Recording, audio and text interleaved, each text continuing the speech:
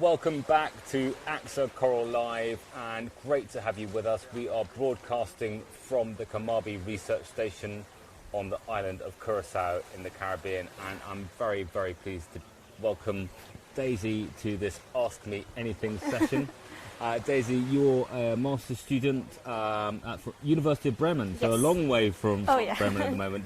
And studying tropical aquatic ecology. Yes. We'll come to that in just a little bit, but you are at the Marhaver lab here at Kamabi.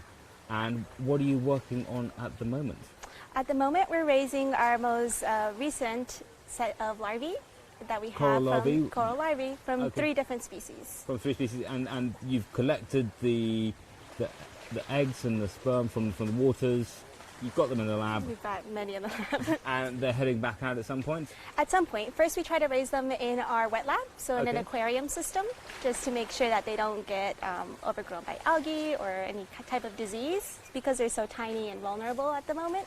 But once they're big enough, we'll be putting them back out on the reef and hopefully get some new corals out there. Fingers crossed. Yeah. We'll be coming back to some of your experiences working with coral babies a bit later in the session, but this is really driven by questions coming in from the amazing classes who are joining us, and we do have quite a spread of classes. Oh, nice. We have classes from the UK, Portugal, Spain, Switzerland, the US, Bermuda and India, and we have some shout-outs, so we're going to have to give a few waves. Which camera are we on, Ellie? Just to give us a wave down here, but this on here, fantastic. So we have Year 5 and Year 6 students at Avenue Primary School in Manor Park. Hi there. Hooray. We've got Prospect Primary in Bermuda. Hello there. Big hand to Lucy, who's probably with them there. Hi. We've got Bobadella School in Portugal. There we've got Passionate Peacocks.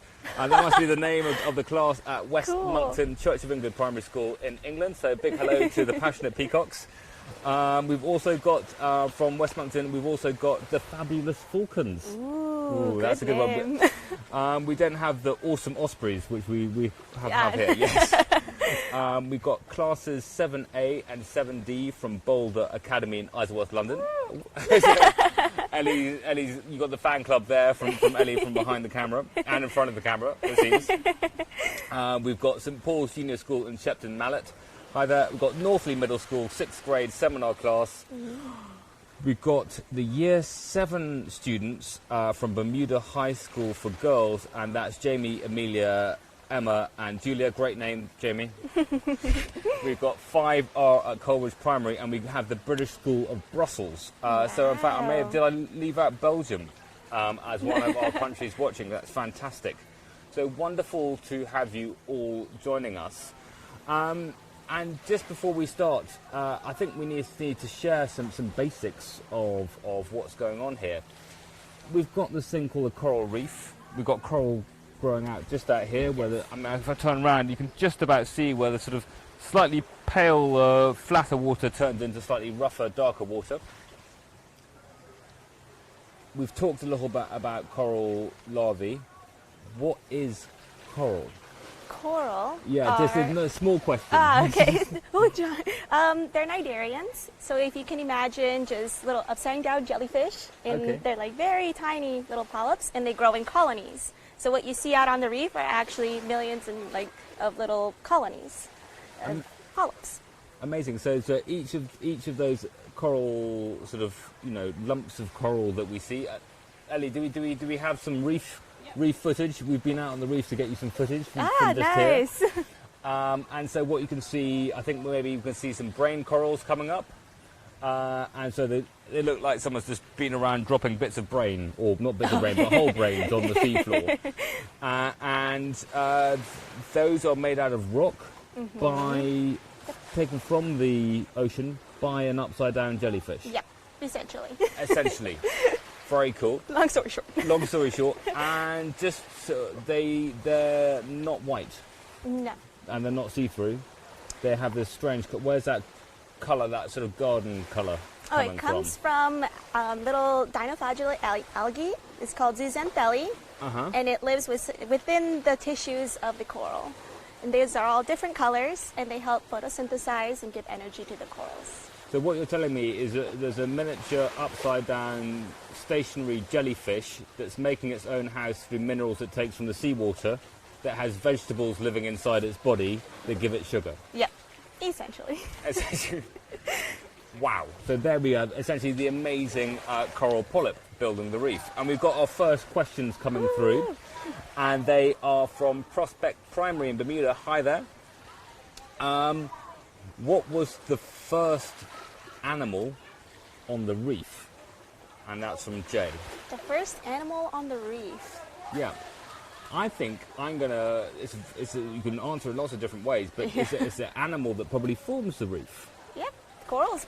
Corals. So I would say corals or sponges. Or corals or sponges that are forming the reef. So, Jay, there we go. So what's really special about coral, they're not just any animal, are they? They are what we call a habitat-forming animal. And why is that an important thing? Well, we have structural complexity to the reef, so we try to make these little nooks and crannies for all the different kinds of animals that live on the reef. So it could be protection, food, and so we have this habitat and a home for the rest of the ecosystem there. So the first animal on the reef is the coral that helps build it. And they do a really important role of building a home or a city for all these other different living things to start to inhabit. Yep. That's pretty cool. Now, this is again from Prospect Primary in Bermuda. We have Michaela, who would like to know, what do the coral reefs do for Curacao? Do they protect the island like they do in Bermuda? So the coral reefs here on Curacao are providing a variety of different services, whether it comes from a habitat for the fish that we talked about. So these are the same fish that will eventually be fished for food. Or we can talk about the tourism here in Curacao. And we can talk about how they protect the shoreline. So if there's storms, they come in, there's a barrier, the reef is there, and it protects the shoreline of the island. So those are three ways in which the coral reef benefit Curacao, and I think in some ways probably quite similar to some of the ways that they benefit Bermuda as well. Yeah. Brilliant. Another question from Prospect Primary, and this is, when did you decide to become a scientist? Well, if I were to think of a time, I would think of back being in elementary school, middle school, and just really enjoying all of my science classes. And so opening those textbooks, I didn't know how you can see the pictures of all the animals, see pictures of polyps, the reef. It's just all really amazing to me, and I knew that I wanted to be out there. Wow. So, I mean, from my point of view, I'm going to have to confess that I ended up being a history major. And I ended up becoming really interested in science and science communications, for helping share science with people when I got stuck in a tent in the Arctic for a number of weeks with some incredibly inspiring oceanographers and marine biologists. And they really shared with me how amazing the ocean was for the first time. And I hadn't really properly understood. We're looking at two things. First of all, the fact that the ocean covers 70% of our planet. Yes. Which is super cool and very easy to ignore sometimes.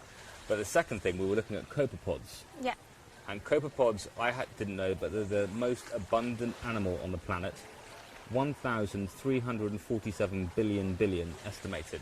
Now, if you write that out, that is 18 zeros. And an animal which I'd never heard of before. Yeah. The most abundant type of animal on the planet. So it doesn't matter whether you do it professionally or whether it becomes interest in later life, science is just a joy. Always, yeah. Perfect. And we've got one more question from Bermuda before I think we head to Portugal. How long, Josiah would like to know, how long have you personally been exploring the reef? How long's your sort of coral journey been going on for? Well, in San Diego, where I grew up, we don't really have a reef. We have kelp forests. Okay. It wasn't until I started traveling that I would snorkel out on the reef and explore, and that was in the Pacific. And then during my undergraduate degree, I went out and did a summer course in the Turks and Caicos. And there I spent a lot more time. And here I am now in Curacao and still exploring the reef. And just before we move on to Portugal, Any highlights you'd care to share from your time? Well, I think one of my favorite moments has been watching whales, humpback whales migrating through the Caribbean, which is really amazing. And what time of year does that happen? Might we see one behind us soon? Oh no, probably not. Not really. No, it usually happens later in the year. I don't know if you'll see them here on Curacao. I haven't experienced that, but I think up more north. Okay. Yeah. That's always special. I haven't seen them in the Caribbean, but down in Antarctica. So very special. But we're going to go to Portugal. And there's a question really, I think it's about bleaching. The question is, when the coral expels algae, it dies, is the question. But could algae survive anyway? So should we talk a little bit about the process of bleaching first? Yeah, of course. Yeah. Okay, so when there is heat stress or if there's pollution stress, any type of stress, physical stress on the coral, then the little algae that are living within the tissue will be expelled. Okay. Mechanisms by which that happens are complicated. but I mean, when that happens, is that instant death for the coral? It is not. Essentially, the coral can still eat using like heterotrophy, so they eat other animals with their little tentacles, and then kind of pull them in and eat them, just like a jellyfish would. Okay. But they do need the little algae to help with the coral. Because it's about 70 to 90% of their energy intake of their food is coming from that algae. So you're kind of you only got 3/4 of your food coming from, or you've lost 3/4 of your food. You've got a quarter left. You're kind of on a starvation diet. Yeah, you're on a little fast. Yeah. And you can make it only so long as there's no other stress, and you can regain the algae. Okay, so if the stress goes away, so if the cooler water came back, then you could regain the algae. So it's still in the water as well. The algae will stay in the water if they're not killed off by whatever stress hit them in the first place. Okay, so can the algae survive in the water? That's a yes, but it might also be killed by a stress as well. So there's a yes and a no. In the balance, depends what happens on a case-by-case basis. Now, this is going on sort of more coral death, but after a coral dies, so you see the bleaching, and then you might see a reef being overgrown by algae. How does the ecosystem survive? So when the coral dies, the tissue is lost, so it's like that thin layer over the rock we were talking about, and so algae starts to grow over this rock, and you'll have grazers that eat the algae. And so then you have a population shift, and it's no longer in balance. You have, it's not that the whole thing will crash, but it'll be different than how we used to know it. So there will be changes in how many grazers there are, how many predators of those grazers, and just a whole shift in the ecosystem chain. Wow, so it's not just, it's about there being nothing, but it'll be this shift to a different type of ecosystem. Now, really interesting question here is again from Portugal, is how important are corals for the sustainability of the planet? Very important. I cannot stress that enough. It's important for a lot of the same reasons we talked about earlier, with services to local communities, but as well as structural habitat for the same type of things that we see out in the open ocean. So there can be sharks that are using them as nurseries, fish that are using them as nurseries. And so even though you might not see these giant big mammals out on the reef, they're still going to be out in the open ocean. But I mean, coral reefs only sort of occupy sort of less than 1% of the surface of our planet. But it's something that they support, is it a quarter of all marine life? So just a little bit important. We're now going to West Monkton Church of England Primary School. Hi there, and we've got the passionate peacocks who would love to know how many different types of coral exist. How many different types of? Should we start with hard coral? We can talk about hard coral. We can talk about species level, family level. So, shall we start with? I mean, how many different types of coral? There's probably over 1,000, probably about 1,300 different species of coral. But we've got soft corals, hard corals and then deep corals as well, which is slightly different. Can you tell us sort of what's going on there? Because we've got the corals we the see, shallow reef, from Finding Nemo coral. And then we see deeper corals. These corals are different mostly because they have to compensate for the fact that not as much light gets down to the deeper parts of the reef. So they might have different structure. They also have different symbionts, which are the little algae we were talking about. Okay. And that affects what they look like and how they do way down in the deep. So we've got the shallow reef down to about 30, 40 meters. We've then got the sort of deep reef, which is sort of down to about 100, 120. And quite often you find that sort of flat solar panel type shape, dark shape. And then we have the non-photosynthesizing corals in the deep sea. Very deep. Down to about 3,000 meters. And in fact, I think there's a coral reef, someone's saying, bigger than the Great Barrier Reef, stretching along the coast of Scotland up to Norway, of this deep coral. Yes. So there's lots of different types of coral, as well as different species. And the passionate peacocks, that's a great class name. I love this. Does the density of coral differ between these different types? I mean, do you get very dense areas of reef and very sort of sparse areas of reef? Yes, you can see that. It depends on conditions, right? We're talking about the light conditions, nutrient conditions, and if there's any kind of stress to the environment as it is. And also just changing dynamics of populations. Like sometimes you'll have a low percentage of cover of reef, or if it's like really deep, then maybe it's sometimes not ideal for all the corals, so it would be a little bit more spread out, more sandy patches in between. So it's a case by case again. Case by case. I think what's fascinating for me is that it's very difficult to come up with the hard and fast rules. Yes. You want to say this is this, and that's one of the fascinating things about being a researcher, is you always that ability to discover more and new things. So let's see here. Well, we've got another question from Passionate Peacocks, or whether we're moving on to another class. Ellie, the rain seems to have dried up our questions coming through here. You probably can't see the rain on coming through on the camera, but it is gently raining. It may turn into a tropical downpour, at which point we will just stick it out, because that's what we do. Yeah, it's nice. Question from Brussels. Yeah. Why do scientists need to take underwater pictures? Okay, so that's a question from Brussels. I think it's a British school there. What use are photographs, underwater photographs, for scientists? So sometimes when we're out on the reef and we need to remember where we flag something, we need to take pictures of behavior of the coral or pictures of the fish around the coral. So it works for research, but it also works for things like this, where we're trying to show students around the world pictures of the reef, videos of the reef, and just being able to communicate ideas, whether they're going to be published in a scientific article or shown to classrooms around the world.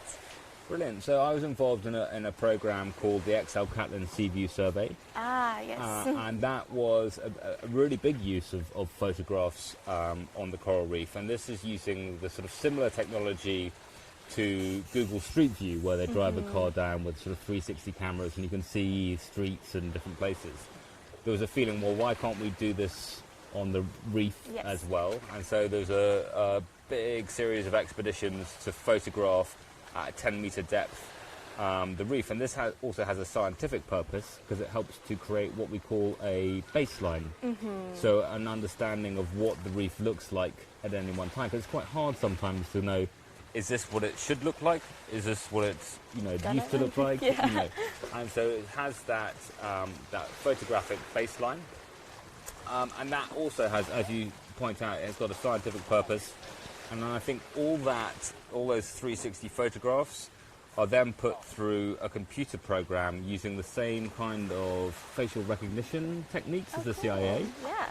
And that has automatic coral species, or developing coral species recognition, and then you've got a really good idea of the species richness and abundance and diversity in different good parts. survey. Yeah.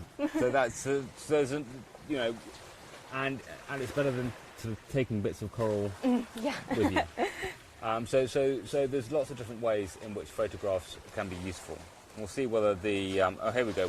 We're back. The rain stopped. The Questions are back. the questions are back. We've got the fabulous falcons at West Monkton. Nice. One for the passionate peacocks with the fabulous falcons. And then asking, when you went under the water for the first time, were you scared? It is the most amazing feeling the first time you go scuba diving. It's kind of feels like home, sort of. If you love the ocean and you're comfortable being in the water, even if you're not, it's the experience of breathing for the first time underwater with a tank. I mean, for me, it was like being in a Disney sort of like cartoon. I mean, there's so much life, so many different colours. It was absolutely bonkers. I was very lucky to do my first dive on Agincourt Reef, on the Great Barrier Reef, and it was just simply incredible. And for me, that was, you can look down on it, and you only see the surface, the slightest bit. Yeah, but when you're in it, it's like another world. It is, really is. So, were we scared? I think if you're doing it safely, there's no reason to be scared. If you do, I was just so amazed. I just didn't have time to be scared. You're just like, oh. Wow, this is so amazing. I just no time to be scared. No scared. From the fabulous falcons, I'll get that right. Again, what's the most interesting thing you have ever found out about the reef? The most interesting thing I found out about the reef was the amazing amount of colors that are down there. Like the first time I went to the reef and saw it in person and seeing how many different colors are across the reef, and knowing that there's fish that use these certain kinds of colors to blend in, and to humans it's like, you're so bright, like who's gonna miss this fish? But for them, their color recognition, the camouflage, how it all works, it's amazing to me. And a lot of that colour coming from fun things like corals having a sort of UV sunblock in them, and sponges. Some of them fluoresce. It's so bright. It's amazing. Incredible. We're heading, again, we're in the UK, but we're going to Boulder Academy, where Jerusha and George would like to know who or what inspired you to do the job research you are doing now. Who or what inspired me? I think I was mostly inspired by, it's going to sound silly, but watching Finding Nemo. Yeah? Yeah. I was inspired by the fish community, the reef structure, the colors, even though it's a cartoon, just knowing that there's out there and people are using it, and it gives all these services to humans and to the environment, and just protecting the environment, I knew that I had to do something with it. Oh, that's and for me, the people who inspired me into nature and ocean work are really two polar scientists, Helen and Kerry, who transformed my understanding of the ocean and how important it is.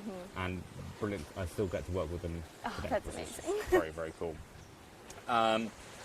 From Boulder, Mia would like to know, do you miss family when you're traveling around the world or when you're working away from home? Of course, yes. I miss my family. I have a dog back home. Yeah? What kind of dog do you have? I have a pit bull mix. A pit bull mix called? Luna. Her name is Luna.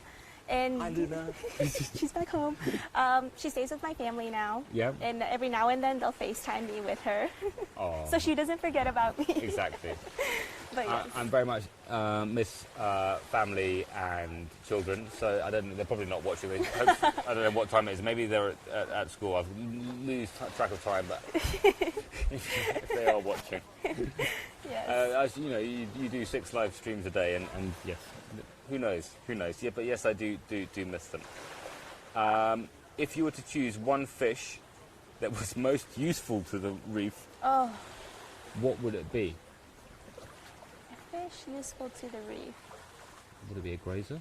I would think a grazer. Any kind of grazer would be a great fish to have on a reef, just to graze all the algae. And so tell us about balance and how fish like a grazer help to keep that balance in check, have it some natural sort of... Yes, a balance between coral and algae is healthy. If there's nutrient inputs and there's algae overgrowth, then you have grazer overgrowth. And then if you don't have enough predators to eat all the grazers, then they can just get out of control. It really is a very fine balance, fine line to walk here. Okay. But having grazers eating the algae to keep that from overgrowing coral is very, very important. Question from Boulder. What is your favourite marine animal and why? My favorite marine animal currently, because I love a lot of them, is the alcorn coral, Acropora palmata. Yes. It's the first coral I worked with here on Curacao and collecting their gametes out in the water. And they're very unpredictable species.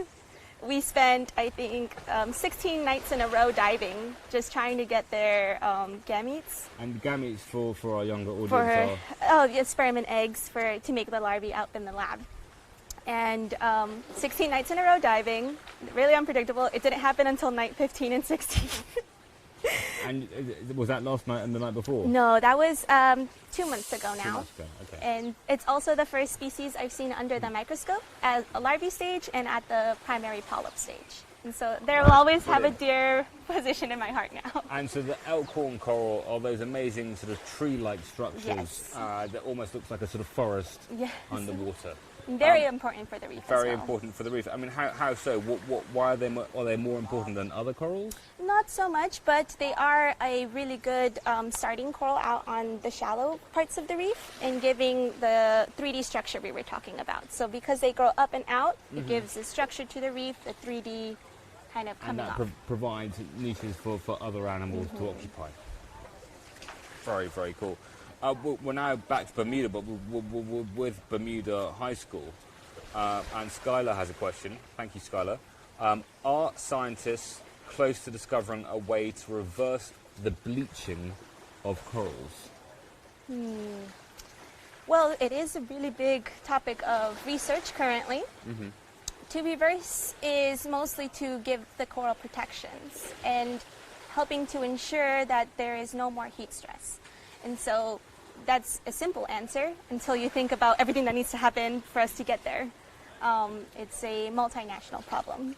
And So what we're saying here is that when we're not getting into sort of, genetic sort of, modifications where we're sort of, fine-tuning yeah, coral, the relationship between the coral polyp and the algae to be adapt. heat resistant. What we're saying is that we know a very easy way of not having more bleaching is to reduce carbon emissions and to reduce the amount of warming on the planet, and That's the biggest solution right that's now. the biggest solution right now. Thank you very much, Skylar. We're now going to St Paul's Junior School in Shepton Mallet, and that's in the UK. Just in case you didn't know where Shepton Mallet was. Not me.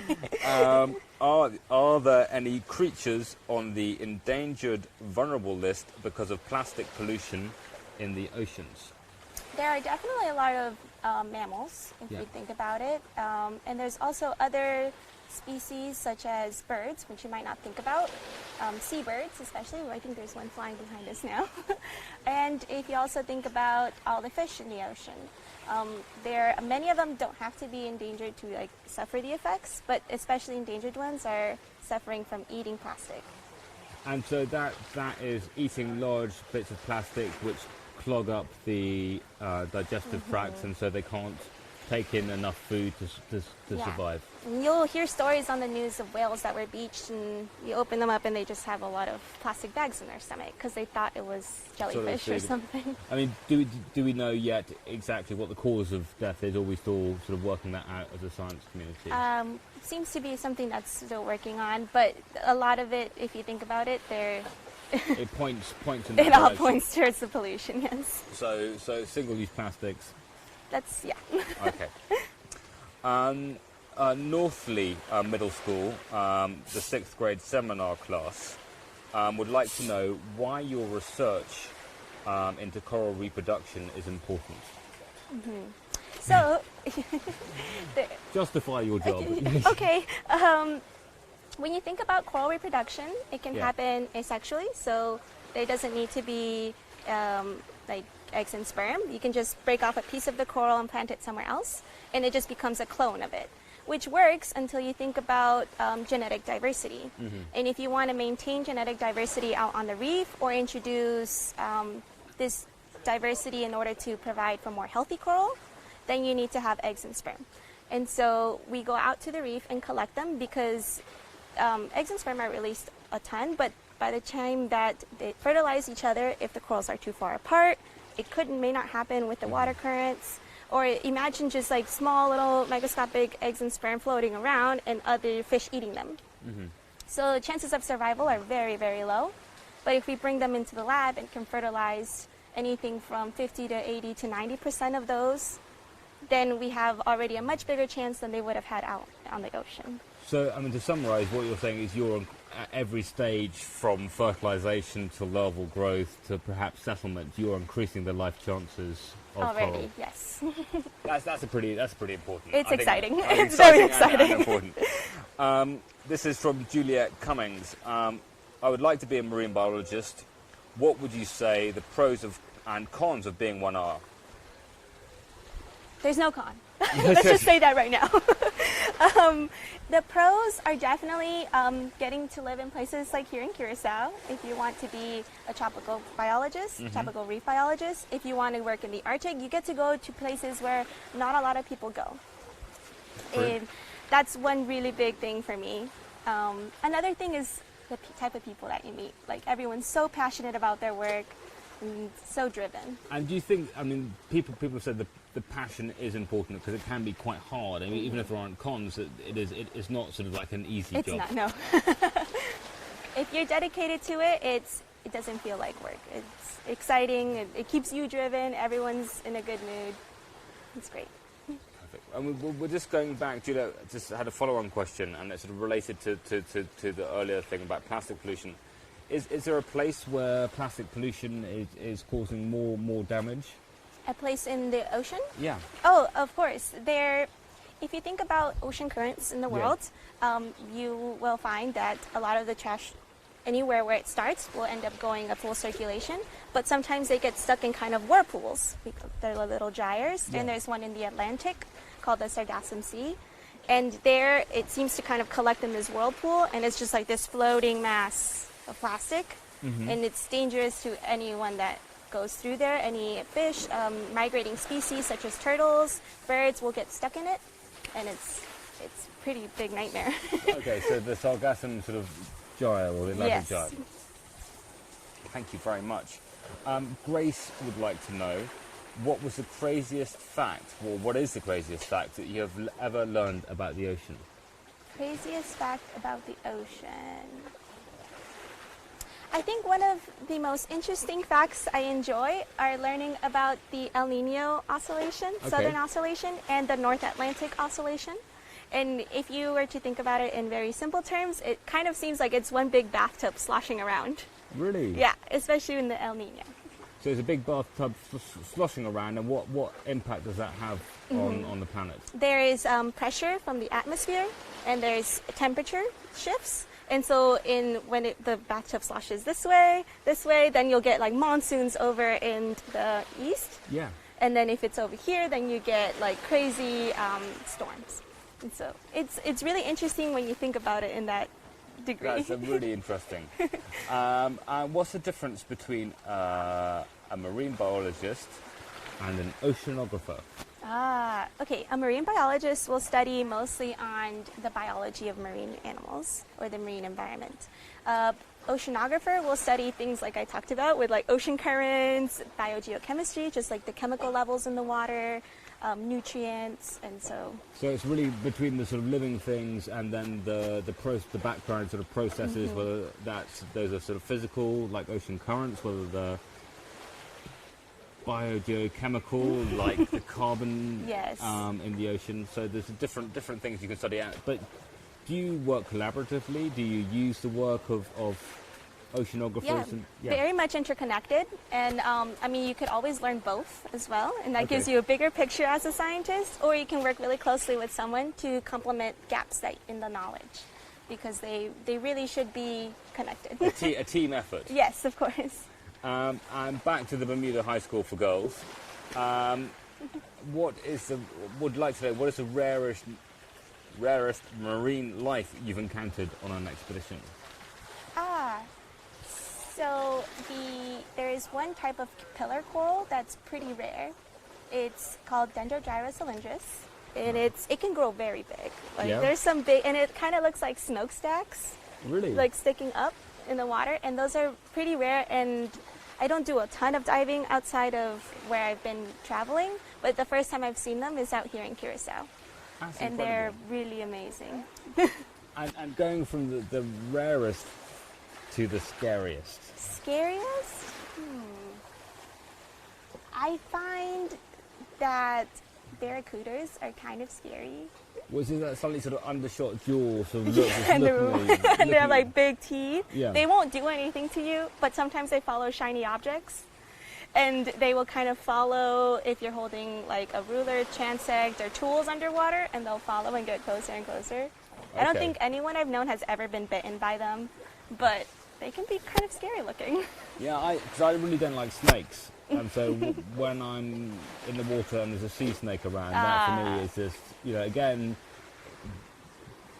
very, very unlikely that it's going to Yeah. do anything to me. But the fact there's a snake that can swim, It's a little terrifying. It's a little terrifying. And then crocodiles. Okay. Yeah, this can be kind of. Yeah, they're scary, scary crocodiles. So what is the deepest dive you have done? I think I've gone down to the 35 meters. Okay. That's about as deep as I go. So that's the sort of limits of Yeah. normal scuba. Of So normal scuba. maybe in the future, down to the deep reef, bit of rebreather. Maybe. Who knows? Who knows? Perfect.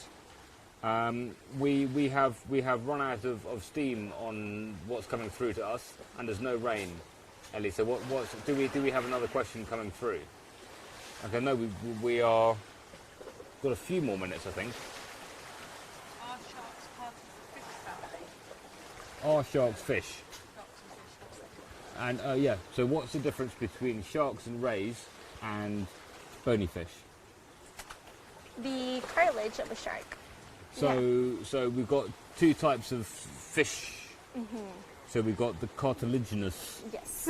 and what cartilage is this? Yeah, kind of like what your earlobes are made of. Kind of what your earlobes are made of, and they are sort of bendier and They're still quite stiff. Yeah. Quite stiff, okay. Yeah, it's just not like vertebrates as we know it. Okay. Like when we have a spinal cord or things like that.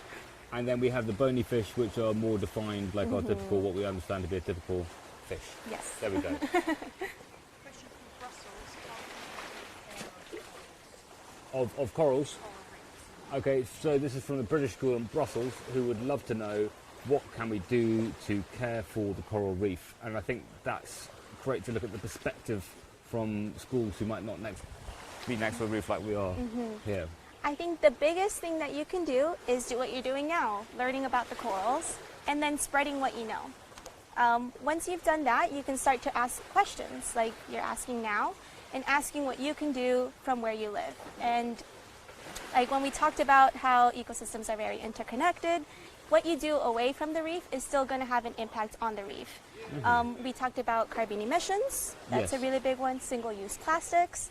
And really just knowing that everything that you do as an individual matters, and everything your country is doing as a country is really important. So what I would do is continue learning about corals, asking the questions, sharing them with everyone you know, and learning what your country can do to help coral reefs. Brilliant, thank you very much. 5R at Coleridge Primary School would like to know, do you pack anything specific from home? I always pack my blanket. Your blanket? Yes. You can't just leave it there. It's a fleece blanket. I mean, it doesn't have to be a very specific blanket, Okay. but I really like really soft blankets. And even though it's very hot out here and I don't need it, I have the comfort of home when I have my blanket. Yeah, I find that the more you do these things, your personal space for your personal luggage sort of is like a shoebox. Yeah. And you're bringing 50 kilos of kit, and it's And gear, cameras scuba. and gear and scuba and this and that. And then you sort of have sort of 3 t-shirts and a pair of flip-flops and a pair of shorts. That's the only stuff that you're allowed to sort of bring out. So I wish I could say I packed something specific from home, but not enough, Charlotte. The more you do travel for work, the less personal kit, unless it's a blanket, that you bring. It's great for air travel too. Great for air travel too. Matt would like to know, why are the coral reefs fragile? They're very fragile in the terms that they have very specific narrow conditions in which they can live in. So how come coral have ended up being so fussy? They have lived the way they have for thousands and thousands of years and never really had to deal with the amount of stresses that humans have put on them at the rate that we're putting them on. Okay. So they really have enjoyed living like this for thousands of years until humans came and ramped up the conditions and so affected them. they're really fussy because they need clear water to get light. They need the same stable temperature, so the relationship between the coral polyp and the algae doesn't break down. They need not too much fertilizer or sewage coming in because the nutrients help the algae to overgrow them. They can't have too much sand or new developments on the coast because that makes them covers them. They don't like the salinity changing too much, so they can't be near river mouths or new inputs of fresh water. I mean, there's quite a few things that can go wrong. They add up. There you go. That's a few things that, and also they don't like it when you change the fish population around them. Yes. There was one or two things. We've got one more question here from Brussels, and I think we've only got time for a couple more questions after that. There's an amazing few. Have you ever met a shark while you were diving? Yes. How was that? Awesome. It was most amazing. What, you weren't scared? Oh, well, it wasn't a big shark, which is really great. I don't know, I haven't encountered a very big shark while I'm in the water. I used to do a little bit of shark research with bigger nurse sharks. But mostly they like mind their own business, like the little reef sharks. It's great to see them underwater and kind of do their thing. They're not going to hurt you. They're not going to hurt you. So the whole scary shark thing is a little bit of a myth. How are we getting on, Eddie? We've got... Okay. So one from Brussels and also Jasmine in Python. Both want to know, have you ever discovered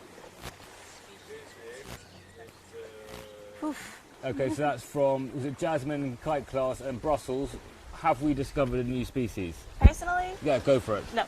No? Have you been on a project that's discovered a new species? I have not, no. So we were on an amazing project, Necton Mission 1, off the coast of Bermuda in 2016, and that's part of the XL Catlin Deep Ocean Survey. And I think over 100 new species were discovered down in a submersible looking at seamounts, so really from sort of, I think about sort of 60 feet down to 1,000 feet. So plenty of new species to discover there. So there are lots of, if that's your thing, there is the opportunity to discover a lot of new species in the ocean because so little of it has been properly explored. Yes. So Jasmine and the class in Brussels look forward to having you on a future expedition to discover some new species. I think we've got time for one more question to wrap us up, and then very sadly I think we've got to say goodbye. Several stories. Okay. Boulder is one, and then several other stories asking what's your favourite? Marine creature. So we'll just go back. What's off? Just to end on our favourite marine creature and why? And that's from quite a few schools are trying to just get this piece of information out of you, Daisy. Well, I think I'd like to go back to the elkhorn coral that I talked about. You're going to go back to the elkhorn? I gotta go. I'm going to go for the Christmas tree one. Ah, those are very adorable. What about Mammal? Favourite marine mammal? Ooh. That's a good one. Are you allowed to have a sea otter? Is that allowed? Is that allowed? That's allowed. Boulder asking. Okay, I'd go up to... a walrus. You were going to go for walrus? I would go for a walrus. Elephant seals are brilliant as well. Very amusing elephant seals down in Antarctica. Walrus, also good. Minke. I quite like sweet little minke whales. So a variety of different, and I'll still go for the sea otters. I don't know whether you can count them quite as marine, but the otters up on the Hebrides in the UK are very, very special. Well, thank you, all those amazing classes, all those amazing questions. They're really great questions, so thank you so much for that. It's been really great talking to all of you. We are back in an hour and 3/4, I think, with a live investigation looking at what is the best shape for a shark. Ooh, good one. So that's in an hour and 3/4, and then we have an expert interview with Kelly, coral restoration technician, and then I think we've got Harry for the Ask Me Anything. Fun. And that will be the final session of this year's Coral Live. Whoa! So thank you so much for being with us. It's been wonderful having you with us on AXA Coral Live, and it's goodbye from the Kamabi Research Station here on Curaçao, and I hope to see you back this afternoon. Bye.